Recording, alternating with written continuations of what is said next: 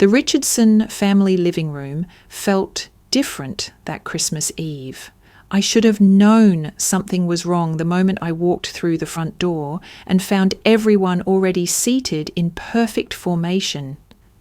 Victoria perched on Dad's favourite armchair like she owned it. Daniel sprawling across the couch with his arms crossed, and Mum and Dad flanked on either side like judges at a tribunal. The Christmas tree lights cast an eerie glow across their faces, and the silence was so thick you could cut it with a knife.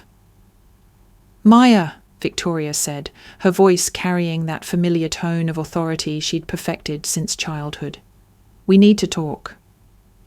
I set down the homemade cookies I'd spent 3 hours baking. Nobody's favourite anymore, apparently.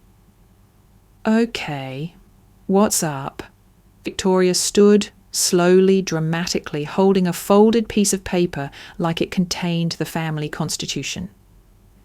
"We had a family meeting while you were in the kitchen helping Mum." My stomach dropped. A family meeting without me on Christmas Eve.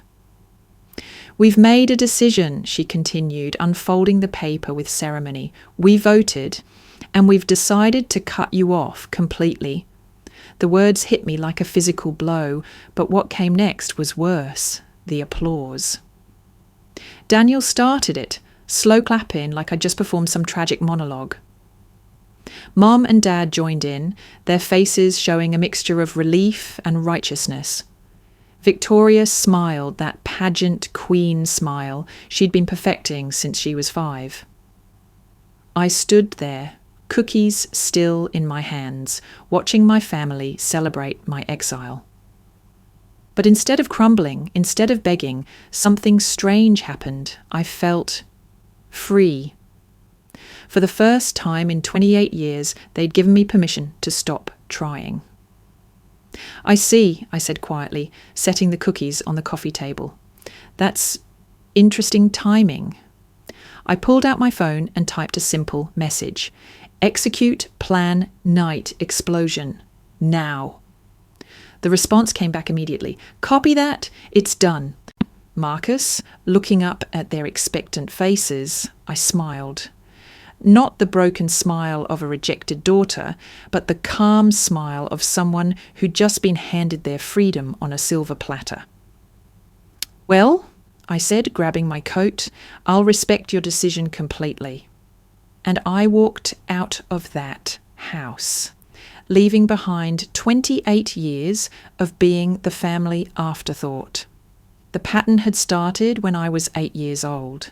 Victoria was graduating from middle school, not exactly Harvard, but you'd think she cured cancer from the way our parents carried on. I remember sitting in my 3rd grade classroom that afternoon, watching all the other kids get picked up by their parents, waiting for someone to remember I existed. Mrs. Henderson, my teacher, kept checking her watch. "Are you sure your mum is coming, Maya?" I nodded confidently. Of course she was coming, she'd promised. But as the clock ticked past 4, then 5, then 6, that confidence started cracking. "Mrs. Anagamay."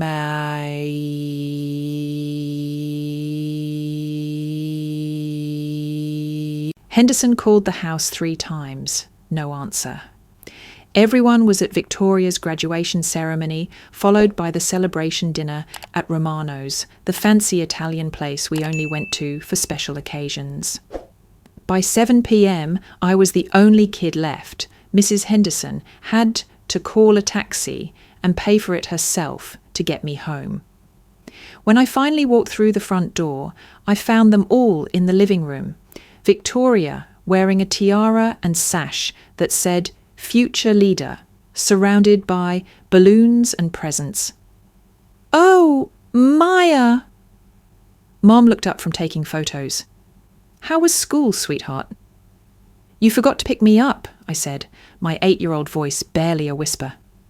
Dad waved dismissively. "Victoria needed all our attention today. You understand, right? This is her special day." That was the first time I learned my place in the Richardson family hierarchy. Victoria's needs came first, Second and third, I came somewhere after the family dog. The pattern repeated itself over and over.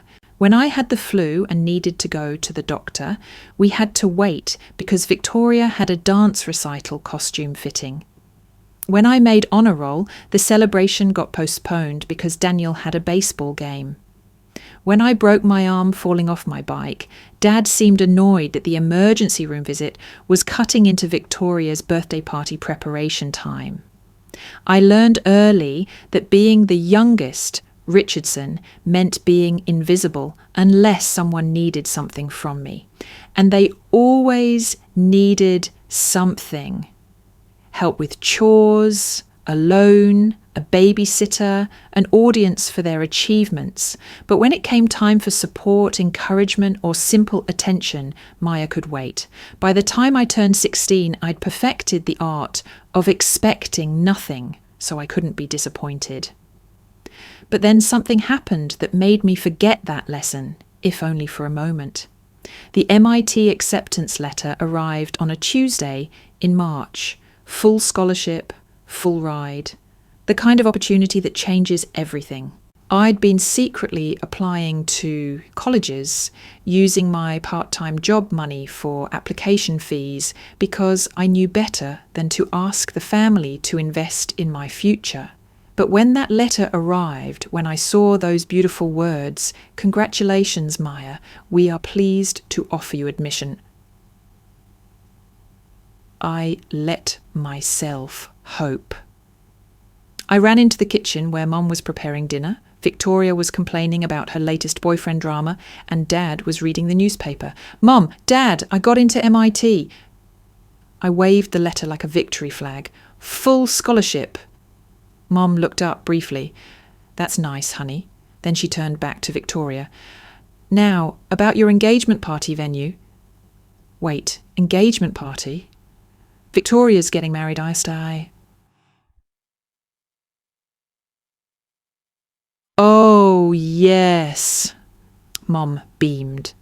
"She and Brad got engaged last weekend. We're planning a destination wedding in Napa Valley. It's going to be absolutely magical." My MIT acceptance suddenly felt like yesterday's news. That's great. But about MIT, Maya, Dad interrupted, without looking up from his paper. "Victoria's wedding planning is more important right now. We can talk about your college thing later." My college thing, the most prestigious technical institute in the world, wanted me, was willing to pay for my entire education, and it was a thing that could wait. But it got worse. Over the next few weeks, I watched my parents drain their savings for Victoria's dream wedding. The money they'd supposedly been saving for the kids' college funds, money I'd contributed to with every babysitting job and lawn mowing gig since I was 12, disappeared into venue deposits and dress fittings and flower arrangements. When I tried to bring up MIT again, Mum patted my head like I was still 8 years old. "Don't worry, sweetheart. Community college is a perfectly fine option, and you'll be closer to home to help with the wedding preparations." That night, lying in my bed, staring at the MIT letter, I made a decision that would change everything. I was done waiting for them to see my value. I was done being the supporting character in Victoria's life story. I was going to MIT with or without their help. And I was going to build a life where no one could vote me off the island ever again. I took out student loans for living expenses, worked 3 part-time jobs, and graduated summa cum laude with a computer science degree. While Victoria was posting Instagram photos of her perfect married life, I was building the foundation for something she couldn't even imagine. The irony wasn't lost on me that 28-year-old Maya, sitting in my Tesla outside the Richardson family home, had become everything they claimed to want in a child. Successful, financially stable, educated, independent. But success, I'd learned, was only valued in this family when it came with the right last name attached to it. My phone buzzed with texts from my business partner, Marcus Chen, confirming that phase 1 of Night Explosion was complete. By morning, the Richardson family would understand exactly what they'd lost when they voted to cut off their most successful member, but that was tomorrow's problem. Tonight, I was finally free. 10 years of financial independence had taught me a lot about family dynamics, mainly that the Richardson family loved my money more than they'd ever loved me. It started small, a loan to help with Victoria's second wedding after the first marriage imploded. Apparently, Brad wasn't supportive enough of her artistic dreams. Then Daniel needed startup money for his restaurant chain. Mum and Dad's mortgage got underwater in 2018, and guess who they called? Never a request, always an assumption. Maya, you'll help us out, right? Family takes care of family. The phrase made me sick because it only seemed to apply in one direction. When Victoria forgot my birthday 3 years running, that was just Victoria being scatterbrained. When Daniel never paid back a single loan, that was just Daniel being Daniel. When Mum and Dad missed my MIT graduation because it conflicted with Victoria's vow renewal ceremony that was just prioritising family needs. But I kept helping because some pathetic part of me thought maybe this time would be different. Maybe this time they'd see my value as more than just a bank account with legs. The wake-up call should have been Thanksgiving 2023. I'd been working 18-hour days launching my second startup, barely sleeping, living on coffee and determination. When Victoria called to talk about Thanksgiving plans, I was actually excited. Finally, a chance to decompress with family. "Oh, Maya," she said in that tone I'd learned to dread, "we decided to keep it intimate this year, just the core family." Core family. I was apparently not core family. "What do you mean?" I asked. "Well, you know how you get all intense about work stuff. We just want it to be relaxing this year." Translation, we want to complain about you without you there to defend yourself. Then came Daniel's promotion party in January. I found out about it through Facebook photos. My entire family celebrating his new position as regional manager at some insurance company. When I called to ask why I wasn't invited, Daniel laughed. "Oh man, I'm sorry, Maya. We just figured you were too busy with your tech stuff to want to come." My tech stuff, the startup that had just been valued at $50 million, was tech stuff. Mum's birthday in February was the final straw. I showed up anyway, bringing her favourite flowers and the pearl necklace she'd been admiring in store windows. The look of annoyance on her face when she opened the door told me everything. "Maya, what are you doing here?" It's Mum's birthday," I said, confused. "I brought presents." "Oh, honey," Mum appeared behind Victoria, looking flustered. "We didn't plan for an extra person. The reservation is only for 5. An extra person. At my own mother's birthday dinner." Victoria stepped forward with that fake concern she'd perfected. "Maybe next year we can plan better and include you." Include me. In my mother's birthday celebration, like I was a distant acquaintance who needed a special invitation to participate in my own family. That's when I started building the insurance policy I'd eventually call Night Explosion. But I hadn't expected them to make it so easy. When Victoria called 2 weeks ago with the Christmas invitation, her voice was different, warmer, more calculated. "Maya, we've been thinking we really want you at Christmas this year. Family is important, you know. We've all been so busy, but the holidays are about coming together." I should have known it was a trap. The Richardson family didn't do warm and fuzzy without an agenda, but but some stupid part of me hoped maybe they'd finally realised what they'd been missing. Walking into that Christmas Eve ambush, seeing them all arranged like a firing squad, I finally understood. This wasn't about including me. This was about control. They wanted to cut me off on their terms, make it official so they could stop feeling guilty about treating me like an outsider. The problem was they'd made one crucial miscalculation. They thought cutting me off would hurt me. Instead, they just freed me to stop pretending we were actually family. Now, sitting in my car outside their house, while Marcus executed our carefully planned response, I felt something I hadn't experienced in years. Peace. For the first time since I was 8 years old, I wasn't waiting for the Richardson family to see my worth. They'd voted me off their island, but they had no idea that I'd been quietly buying the whole archipelago while they weren't paying attention. The morning after Christmas, I woke up in my downtown apartment, feeling lighter than I had in decades.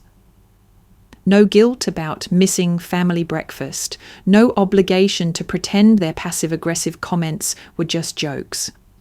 No need to smile and nod while they discuss plans. I wasn't included in any way.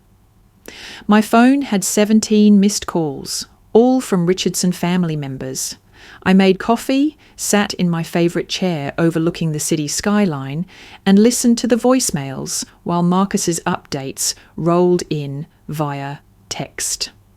Phase 1 was proceeding exactly as planned. Maya, honey, this is Mom. There seems to be some confusion with the mortgage company. They're saying something about, well, I'm sure it's just a mistake. Call me back. Delete. Maya, it's Daniel. Dude, what the hell? My business account got frozen this morning. The bank is saying something about loan defaults. Call me back immediately. Delete. Maya, Victoria's voice was sharp, no fake sweetness now. Whatever game you're playing needs to stop. Mum and Dad are freaking out about some lawyer calling them. This isn't funny anymore. Delete. Marcus had been busy. In the 12 hours since I'd sent that text, my business partner had initiated loan recalls, triggered default clauses, and filed legal notices for debt collection on every single financial support I'd provided over the past decade. All completely legal, all meticulously documented, all done with the kind of precision that made Marcus the best corporate lawyer in the city. The final voicemail was from Dad, and his voice was different, scared. Maya, we need to talk as a family. There's been some misunderstandings, and I think we can work this out. You're still our daughter, and we love you. Please call us back. I deleted that one too. My decision crystallized over that cup of coffee. For 28 years, I'd been playing by their rules, hoping for scraps of affection, accepting crumbs of recognition. They'd taught me I wasn't worth their time or attention unless they needed something from me. Well, lesson learned. I called Marcus.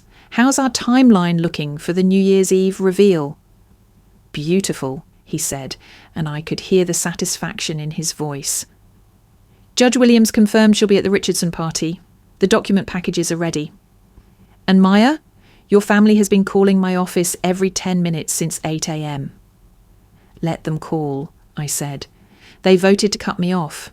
I'm just respecting their democratic decision. But even as I said it, I knew they wouldn't let it go that easily. The Richardson family had built their entire social identity around being the perfect American success story. Dad's insurance business, Mum's charity work, Victoria's Instagram perfect life, Daniel's steady climb up the corporate ladder. They were pillars of the community, respected and admired by everyone who mattered in their suburban social circle. They had no idea that their pillar had been held up by my money for the past decade. 3 days after Christmas, they showed up at my apartment, all of them. standing in my hallway like some sort of intervention squad, with Mom clutching a plate of cookies and Dad holding what looked like legal documents. "Maya, sweetheart," Mum started, pushing past me into my living room without invitation. "We need to clear up this terrible misunderstanding." Victoria followed, her designer heels clicking on my hardwood floors. "Whatever you think we did, you're overreacting. Families fight sometimes. It doesn't mean we stop loving each other." Daniel brought up the rear, looking uncomfortable in his best suit. "Maya, come on. This lawyer stuff is crazy. We're family." I closed the door and leaned against it, watching them arrange themselves in my space like they owned it. The irony was perfect. They'd voted me out of their house, but had no problem invading mine. "Sit down," I said calmly. "Let's talk." They settled onto my couch, Mum and Dad flanking Victoria like bodyguards, Daniel perched on the edge like he was ready to run. The same formation as Christmas Eve, but now they were on my territory. "First," I said, staying by the door, "let me make sure I understand the situation. 3 days ago, you held a family meeting without me. You voted to cut me off completely. Everyone applauded. Victoria announced it like she was declaring war. Did I get that right?" "Maya," Mum interrupted, we were just upset. Emotions were running high and did I get that right?" I repeated. Victoria shifted uncomfortably. "We were testing you to see if you really cared about this family." I laughed. Actually laughed. "Testing me by publicly humiliating me at Christmas and cutting me off from my own family." "It wasn't supposed to go that far," Dad said quickly. "We just wanted you to understand that family comes first. You've been so distant lately, so focused on work, so focused on the work that's been paying your mortgage for the past 6 years," I said quietly. The room went dead silent. "What?" Mum's voice was barely a whisper. I pulled out my phone and opened the folder I'd labelled Richardson Family Financial Support. "Would you like to see the documentation? 6 years of mortgage payments, Victoria's wedding costs, both of them, Daniel's restaurant startup money, Dad's business loan when the insurance company almost went under in 2020, Mum's medical bills from the surgery you couldn't afford. Should I keep going?" Victoria's face had gone pale. You were helping because you wanted to help." "I was helping because you're my family," I said. "Or you were, until you voted to cut me off." Dad stood up, the legal documents shaking in his hands. "Maya, we can fix this. We made a mistake. These papers here, they're from some lawyer saying we owe you $400,000. That's impossible. Actually, it's $427,384, 67 with interest. Marcus has been very thorough with his calculations." Mum started crying. Real tears this time, not the manipulative ones she usually deployed to get her way. "We didn't know. We never asked you to. We thought you were just doing well and you wanted to help. You never asked because you never had to ask," I said. "You just assumed. Family takes care of family, right? But apparently that only works in one direction." Daniel finally spoke up. "Look, we messed up. We admit it. But this legal stuff, it's going to destroy us. Mum and Dad could lose the house. My restaurants could go under. Victoria's going to have to sell her car. And that's my problem how?" The question hung in the air like smoke. I could see them processing it, realizing for the first time that I might actually mean it. Victoria stood up, her face flushed with the kind of anger she usually reserved for bad service at expensive restaurants. "You can't be serious. We're your family." "Were," I corrected, until you voted to cut me off. Remember, you made it very clear that I'm not part of this family anymore. That was a mistake, Dad shouted, louder than I'd ever heard him speak. We were angry, we were stupid, but it was just words. Words have consequences, I said. You taught me that growing up. Actions have consequences too. For 28 years, your actions taught me that I don't matter unless you need something from me. Well, congratulations. You finally convinced me. Mom was sobbing now, mascara running down her cheeks. Maya, please, we're sorry. We love you. You're our daughter. No, I said, and my voice was steady as stone. I'm not. You made that very clear at Christmas. I'm just the bank account you've been tapping for the past decade. But here's the thing about banks. They can close accounts. I walked to the door and opened it. I have a New Year's Eve party to prepare for. I think you should leave. They didn't move for a long moment, clearly hoping I'd break down, take it back, return to my role as the family doormat. But I'd learned something important over the past few days. Their approval wasn't worth the price I'd been paying for it.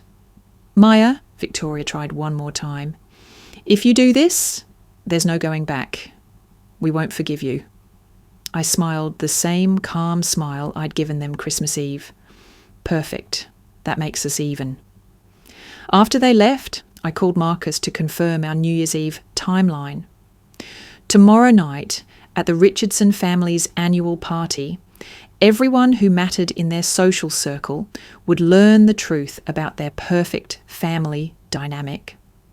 But tonight, I had something more important to do. I opened my laptop and began typing an email to MIT's Alumni Association. It was time to endow a scholarship fund, the Maya Richardson Scholarship for first-generation college students from dysfunctional families. The Richardson name would finally stand for something worthwhile. New Year's Eve at the Richardson family home was always the social event of the year in their suburban community. Mom had been hosting it for 15 years, and it had become the place to see and be seen for everyone who mattered in their little world. Local business owners, city council members, country club friends, and extended family all gathered to ring in the new year with champagne, expensive catering, and carefully orchestrated conversations about success and community values. This year's party would definitely be memorable. I arrived at 8:30, 30 minutes after the official start time. Late enough to make an entrance, early enough to ensure maximum attendance for what was about to unfold. Marcus followed in his own car, wearing his best courtroom suit and carrying a briefcase that contained the most comprehensive documentation of financial malfeasance in Richardson family history. The house looked exactly the same as it had on Christmas Eve. Too many decorations, too much forced cheer, too little genuine warmth. But tonight, the decorations were gold and silver for New Year's instead of red and green for Christmas. Same energy, different colour scheme. I walked through the front door like I owned the place, which legally speaking, I sort of did. Maya, Mum appeared instantly, her face a mask of desperate cheerfulness. You came! I'm so glad you could make it. Wouldn't miss it, I said, handing her a bottle of champagne, the expensive kind she always bought for special occasions, but could never actually afford. The living room was packed with familiar faces, the Hendersons from Dad's office, the Johnsons from the country club, City Councilwoman Patricia Williams. Perfect. Marcus had confirmed she'd be here. About 50 people total, all dressed in their New Year's finest, all completely unaware that they were about to witness the social event of the decade. Victoria spotted me from across the room and immediately started making her way over, Daniel close behind. They'd clearly planned their approach. "Maya," Victoria's voice was sugary sweet, but her eyes were cold.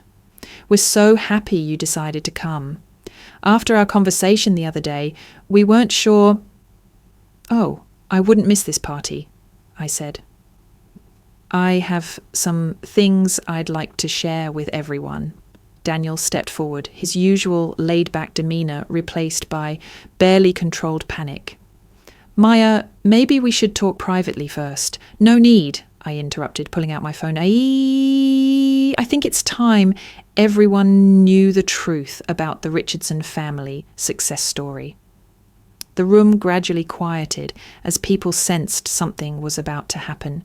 Conversations died down, faces turned toward us, and I could see Mom and Dad making their way through the crowd with expressions of growing horror. "Excuse me, everyone," I said, my voice carrying clearly across the room. "I'd like to thank you all for coming to celebrate with the Richardson family tonight. This seems like the perfect time to share some interesting information about how this wonderful lifestyle has been maintained over the past decade." "Maya," Dad's voice was low and warning, "don't do this." "Do what?" I asked innocently. "Share the truth? I thought you raised me to be honest." Judge Patricia Williams stepped forward from the crowd. I'd known Patricia since I was a child. She'd been Mum's college roommate and had watched me grow up. More importantly, she was one of the most respected legal minds in the state, and someone whose opinion carried weight with everyone in this room. "Maya Richardson," she said warmly, "I haven't seen you since your MIT graduation. How's that tech company of yours doing?" Perfect opening. "Actually, Patricia, it's doing incredibly well. Richardson Tech Solutions just hit 50 million in valuation last month." I paused, letting that number sink in. Of course, most people here don't know about the company because my family prefers not to talk about my success. Murmurs rippled through the crowd. Victoria's face was turning red. "But what I really wanted to share tonight," I continued, "are these fascinating financial documents that show how the Richardson family lifestyle has been maintained over the years." I pulled up the first file on my phone. "For instance, did you know that I've been paying the mortgage on this house for the past 6 years? Every single payment, totaling $127,000. The room went completely silent. Or that Victoria's 2 dream weddings, which everyone admired so much, were entirely funded by me. That's another $85,000. Victoria made a strangled noise. Daniel's restaurant chain that everyone's been congratulating him on. I provided the startup capital, $95,000. Daniel looked like he wanted to disappear into the floor. Mum's medical expenses when her insurance wouldn't cover the surgery, me again. Dad's business loan when Richardson Insurance was about to go under in 2020. Also me. Patricia Williams was staring at me with a mixture of shock and admiration. "Maya, are you telling us that you've been financially supporting your family's entire lifestyle?" "For the past 10 years, yes, to the tune of $427,384.67 to be precise." The crowd was buzzing now, whispers and shocked exclamations filling the room. I could see people pulling out their phones, probably texting their friends about the drama unfolding at the Richardson party. Mum stepped forward, tears streaming down her face. "Maya, please stop. You're embarrassing us in front of everyone." "Embarrassing you?" I asked. "Like you embarrassed me on Christmas Eve when you held a family vote to cut me off completely? In case anyone missed it, my family decided 3 days ago that I was no longer welcome as a member of this family." Patricia's expression shifted from shock to outrage. They did what? They voted, I said simply. Democratic process. Everyone applauded. Victoria made the announcement like she was declaring independence. Patricia turned to face my parents, her judge voice coming out in full force. Robert, Linda, please tell me this young woman is exaggerating. Dad looked like a deer in headlights. Patricia, you don't understand. Maya's been distant, focused on work, not participating in family activities. Not participating? Patricia's voice was rising. The same Maya who just told us she's been funding your entire lifestyle for a decade. Maya Richardson, who graduated summa cum laude from MIT and built a $50 million company, and you cut her off from the family. It was a mistake, Mum whispered. It was cruel, Patricia corrected. And frankly, it was stupid. This young woman has been more successful than anyone else in this room, and instead of celebrating her, you pushed her away. Marcus chose that moment to make his entrance, briefcase in hand, looking every inch the corporate lawyer he was. Maya, he said loud enough for everyone to hear, I have those legal documents you requested. Should we proceed with the formal presentation? The room held its collective breath as Marcus opened his briefcase and pulled out a thick folder. Ladies and gentlemen, he announced in his courtroom voice, I'm Marcus Chen, legal counsel for Maya Richardson and Richardson Tech Solutions. I'm here tonight to present documentation regarding outstanding debts owed to my client by the Richardson family. He handed me the first document and I held it up for everyone to see. This is the deed to this house, I said calmly. What you may not know is that when my parents refinanced in 2018, I co-signed the loan and have been making every payment since then. Legally, I own 60% of this property. Mum grabbed Dad's arm for support. Marcus handed me another document. This is the title to Victoria's Mercedes, which was purchased with a loan that Maya guaranteed and has been paying. Victoria's mouth opened and closed like a fish. And this, Marcus continued, pulling out another folder. Documents Maya's partnership stake in Daniel's restaurant chain. 40% ownership based on initial capital investment and ongoing operational loans. Daniel actually sat down hard on the nearest chair. The total amount owed to my client, Marcus announced, is $490,284. 67 plus accrued interest. Payment is due within 30 days. Judge Williams stepped forward, looking at my family with something approaching disgust. So, let me make sure I understand this correctly. Maya has been supporting all of you financially for years, building your lifestyle, enabling your success.